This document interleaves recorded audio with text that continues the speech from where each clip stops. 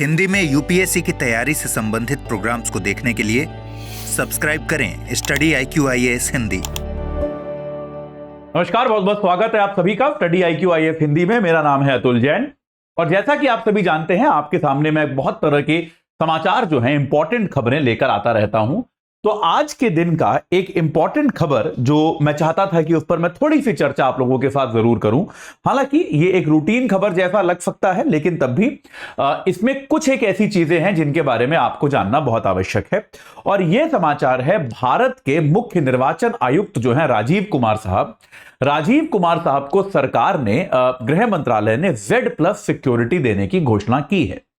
आमतौर पे आपने सुना होगा कि यार ये Z+ सिक्योरिटी होती है, Z सिक्योरिटी होती है, Y सिक्योरिटी होती है, SPG की सिक्योरिटी होती है, स्पेशल प्रोटेक्शन ग्रुप की। ये सारी सिक्योरिटी जो है कई बार प्रमुख लोगों को दी जाती है, इंपॉर्टेंट लोगों को दी जाती है, जिनको सुरक्षित रखना सरकार की जिम्मेदारी होती है और जिनकी सुरक्षा जो है वो आम जो नागरिक की सुरक्षा है उन तरीकों से नहीं की जा सकती। याद रखिएगा, सरकार की जिम्मेदारी आपकी और मेरी सुरक्षा करना भी है, लेकिन क्योंकि हमारे जीवन को, आपके या मेरे जीवन को कोई उस तरह का थ्रेट परसेप्शन नहीं है, कोई उस प्रकार का खतरे का आभास या अंदेशा नहीं है कि हमें कोई विशेष सुरक्षा की आवश्यकता है, तो इस कारण से सरकार जो है हमारी सुरक्षा को सामान्य तरीके से हैंडल करती है। लेकिन अगर किसी नागरिक के पास कोई महत्वपूर्ण पद होता है, महत्वपूर्ण जिम्मेदारी होती है, जिसके कारण क्या होता है उसके जीवन को अतिरिक्त खतरा हो सकता है, तो कई बार सरकार उसको अलग अलग प्रकार की सिक्योरिटी प्रदान करती है। तो यहां पर हम दो चीजों की संक्षेप में चर्चा करेंगे कि यार ये सिक्योरिटी का परसेप्शन निकलता कैसे है और आमतौर पे इसका मतलब क्या होता है, इसमें कितने लोग होते हैं, क्या होते हैं, और दूसरा यह कि राजीव कुमार साहब जो हैं, जो कि एक अफसर हैं, एक अधिकारी हैं, उनको ऐसा क्या खतरा है कि उनको Z+ सुरक्षा जो है वो दी गई है। हालांकि कारण सरकार ने स्पष्ट नहीं किए हैं, खतरे का आभास होगा इसलिए सरकार ने दी है, लेकिन खतरा क्या है निश्चित तौर पे कॉन्फिडेंशियल होता है, ये चीजें बताई नहीं जाती, तो बताई नहीं गई है, लेकिन तब भी एक अनुमान हम निश्चित तौर पे लगा सकते हैं। चलिए, तो लेकिन ये शुरू करने के पहले अगले 15 मिनट में चर्चा हम पूरी करेंगे।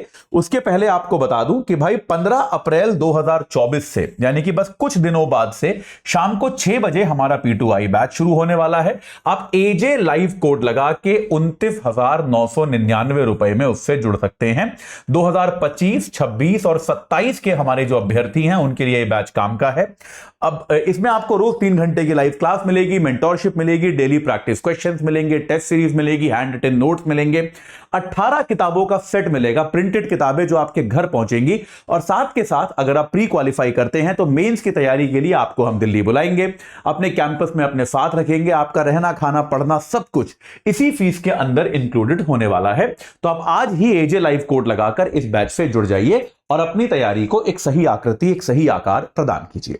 चलिए, अब हम सबसे पहले आते हैं राजीव कुमार साहब पर और ये जानने का प्रयास करते हैं कि ये पूरा प्रकरण क्या है, ये पूरा मामला क्या है जिसके कारण उनको इस प्रकार की सुरक्षा दी गई है। देखिए, आमतौर पे क्या होता है, जो भी गणमान्य व्यक्ति होते हैं, प्रमुख लोग होते हैं, समय समय पर भारत सरकार जो है, भारत सरकार की जो इंटेलिजेंस एजेंसियां हैं, वो गृह मंत्रालय को क्या करती है, उन पर कितना खतरा है, जिसको हम कहते हैं थ्रेट परसेप्शन। गृह मंत्रालय को यह रिपोर्ट दी जाती है कि भाई व्यक्तियों को कितना खतरा है। जैसे मान लीजिए किसी नेता को, किसी मंत्री को, किसी बड़े अफसर को, किसी बड़े उद्योगपति को, किसी खिलाड़ी को, किसी अभिनेता को अगर कभी जान से मारने की धमकी दी जाती है या फिर वो किसी ऐसे प्रक्रिया में इन्वॉल्व होता है, किसी संवेदनशील काम को अंजाम दे रहा होता है, जैसे कई बार देश के बड़े बड़े वैज्ञानिकों को भी ये सुरक्षा दी जाती है कि भाई कई बार कई पुलिस अधिकारियों तक को ये सुरक्षा दी गई है। मुझे याद है एक बार एक अधिकारी हुआ करते थे, क्या नाम था उनका, क्या नाम था उनका, राजवीर सिंह नाम था शायद, एक राजवीर सिंह नाम के एक पुलिस अफसर हुआ करते थे, जिनको वो पुलिस वाले होने के बावजूद, क्योंकि वो एनकाउंटर स्पेशलिस्ट थे, उनको मतलब उन्होंने बहुत सारे अपराधियों को मारा था, उनको Z+ सुरक्षा प्रदान की गई थी, लेकिन उसके बाद भी उनकी हत्या हो गई थी। तो खैर मतलब इस तरह की चीजें भी होती हैं। ये Z+ सुरक्षा के बड़े Z लेवल की सुरक्षा उनको दी गई थी, ये बहुत बड़े फेलियर्स में से माना जाता है।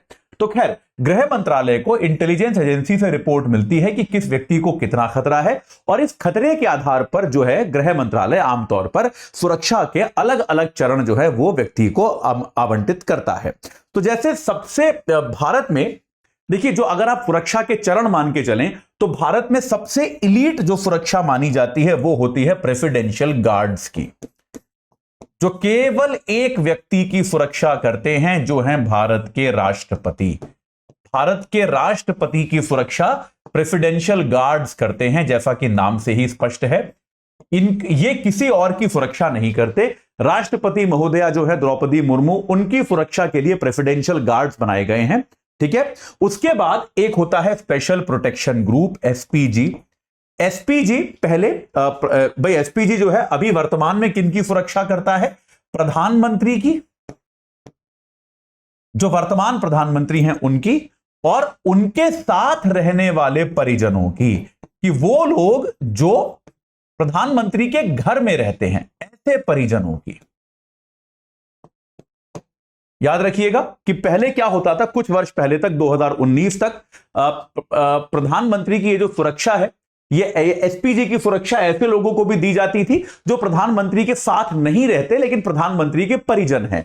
जैसे प्रधानमंत्री नरेंद्र मोदी की जो माता जी थी हीराबेन मोदी, वो प्रधानमंत्री के साथ नहीं रहती, लेकिन क्योंकि प्रधानमंत्री की मां थे, अब उनकी मृत्यु हो चुकी है, वो प्रधानमंत्री की मां थी, इसीलिए वो एसपीजी सुरक्षा के अंतर्गत आती थी। लेकिन 2019 में इसमें बदलाव किया गया और केवल प्रधानमंत्री के साथ रहने वाले जो परिजन हैं उनको इसमें डाला गया। एसपीजी की एक जो संगठन भी किया गया, बनाया भी गया था, वो इंदिरा गांधी की हत्या के बाद इसको बनाया गया था कि भाई जिस तरह से इंदिरा गांधी की निर्मम हत्या कर दी गई थी प्रधानमंत्री रहते हुए, उसके बाद प्रधानमंत्री की सुरक्षा के लिए यह समूह बनाया गया। उसके बाद जब राजीव गांधी जी की हत्या हो गई कि भाई राजीव गांधी अब प्रधानमंत्री पद पर थे, फिर प्रधानमंत्री पद से हटे और हटने के कुछ समय बाद उनकी हत्या हो गई, तब यह तय किया गया कि जो व्यक्ति प्रधानमंत्री के पद से हटेगा, हटने के बाद भी कुछ वर्षों तक, 5 या 10 वर्षों तक उसको एसपीजी की सुरक्षा दी जाती रहेगी और उसके परिजनों को भी सुरक्षा दी जाएगी जो 5-5 साल के लिए एक्सटेंड की जाएगी। तो जो गांधी परिवार है, जैसे सोनिया गांधी है, राहुल गांधी है, प्रियंका गांधी है, वो करीब 28 वर्षों तक एसपीजी की सुरक्षा के अंतर्गत रहे, लेकिन आखिरकार 2019 में उन सबकी सुरक्षा हटा ली गई और उन सबकी एसपीजी सुरक्षा हटा ली गई। तो वर्तमान में एसपीजी भारत में सिर्फ एक व्यक्ति को सुरक्षा देती है, जो है नरेंद्र मोदी, भारत के प्रधानमंत्री। अगर प्रधानमंत्री के साथ उनके परिजन रहते, जैसे उनकी माताजी या उनकी जो एस्ट्रेंज्ड वाइफ हैं, वो अगर उनके साथ रहती तो वो भी एसपीजी के अंतर्गत आती, लेकिन चूंकि वो उनके साथ नहीं रहते, वो उनसे अलग रहते हैं, तो इसीलिए अभी वो एसपीजी के अंतर्गत नहीं आते। उनको अन्य स्तर की सुरक्षा प्रदान की जा सकती है, लेकिन एसपीजी केवल प्रधानमंत्री और उनके साथ रहने वाले परिजनों को सुरक्षा देती है। ठीक है, तो ये तो केवल एक एक व्यक्ति की सुरक्षा हो गई। बाकी सुरक्षा कैटेगरीज बहुत लोगों को दी जा सकती है। जैसे आप देखेंगे Z+ सुरक्षा जो है, ये आमतौर पे किसको दी जा सकती है? ये एक बाकी सुरक्षा में ये सबसे इलीट प्रकार की सुरक्षा आमतौर पे मानी जाती है। ठीक है, बाकी जो भी सुरक्षा है आप यहां पर देखेंगे कि ये जो है ये सबसे इलीट प्रकार की सुरक्षा मानी जाती है। तो इसमें क्या होता है, ये आमतौर पे उन लोगों को दी जाती है जो लोग हैं, ये ऐसे लोगों को दी जाती है जिनको काफी अधिक सुरक्षा का खतरा आमतौर पे माना जाता है। बड़े बड़े नेता, केंद्रीय मंत्री, जैसे गृह मंत्री अमित शाह हो गए, सोनिया गांधी हो गई, राहुल गांधी हो गए, है ना, अरविंद केजरीवाल हो गए, आमतौर पे ये लोग जो हैं ये Z+ सुरक्षा के अंतर्गत आते हैं। इसके अलावा दूसरी अगली कैटेगरी जो है वो Z है, वो इससे एक लेवल नीचे होती है। उसके अलावा आपका जो होता है Y+ होता है, Y+, उसके बाद फिर Y होता है और उसके बाद आखिरकार आपका X लेवल सुरक्षा होता है। ये सुरक्षा के लेवल भारत में आमतौर पे होते हैं। तो अभी क्या हुआ है, आई थिंक मैंने पहले Z+ बोला था, Z+ नहीं, भारत के मुख्य निर्वाचन आयुक्त जो है राजीव कुमार साहब, उनको सरकार ने Z लेवल की सुरक्षा जो है वो देने की घोषणा करी है, जो कि अपने आप में बहुत अनोखी बात है, बहुत अनूठी बात है कि Z लेवल की सुरक्षा जो होती है वो आमतौर पे अफसरों को नहीं मिलती है, ये आमतौर पे अधिकारियों को नहीं प्रदान की जाती है। लेकिन यह बात स्पष्ट है, सरकार ने यह कहा है कि भाई इंटेलिजेंस ब्यूरो जो है, IB की रिपोर्ट के आधार पर यह पाया गया है कि मुख्य निर्वाचन आयुक्त जो है राजीव कुमार साहब, उनको जो खतरे का आभास है उसके कारण उनको जेड कैटेगरी की सुरक्षा जो है वो दी गई है। जेड वर्ग की सुरक्षा उनको प्रदान अब कर दी गई है।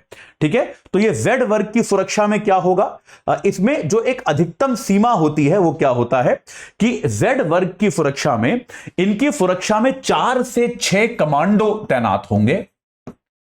ये सामान्य सिपाही नहीं होते, ट्रेंड कमांडो होते हैं जो किसी भी स्तर पे किसी भी तरीके से जान बचाने के लिए एकदम प्रेरित होते हैं।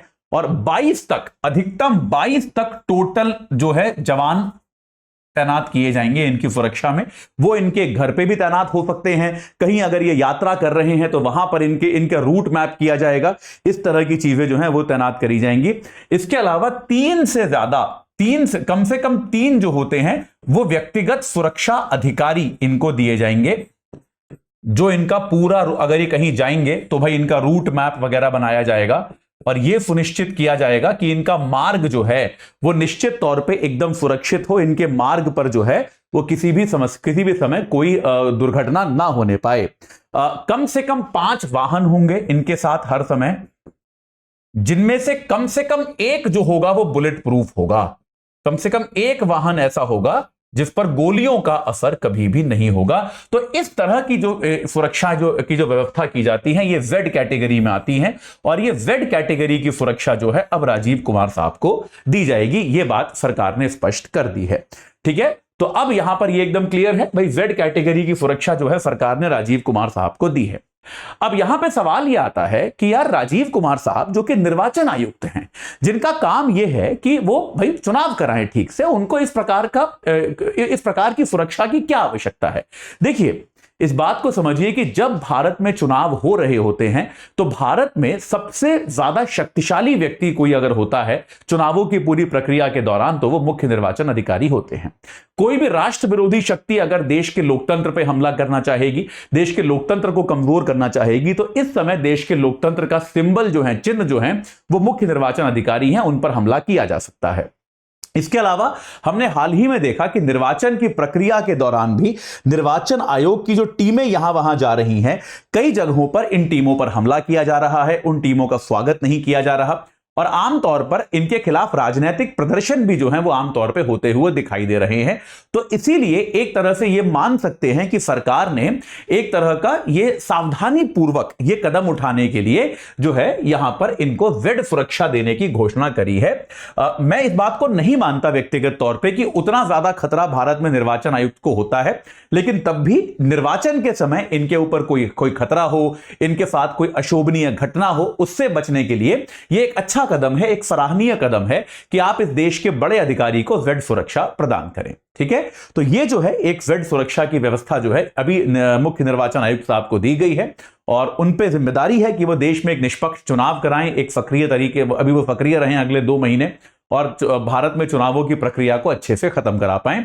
इस पूरी प्रक्रिया में कोई अड़चन, कोई व्यवधान ना आए, उसी के लिए उनको ये सुरक्षा जो है प्रदान की गई है। ठीक है, चलिए, तो अभी के लिए इतना ही। एक बार जल्दी से मैं आपको फिर से बता देता हूं कि भाई हमारा P2I बैच जो है वो 15 अप्रैल को शुरू हो रहा है। याद रखिएगा, 15 तारीख को वो शुरू हो रहा है, 15 अप्रैल 2024 को शाम को 6 बजे का बैच है।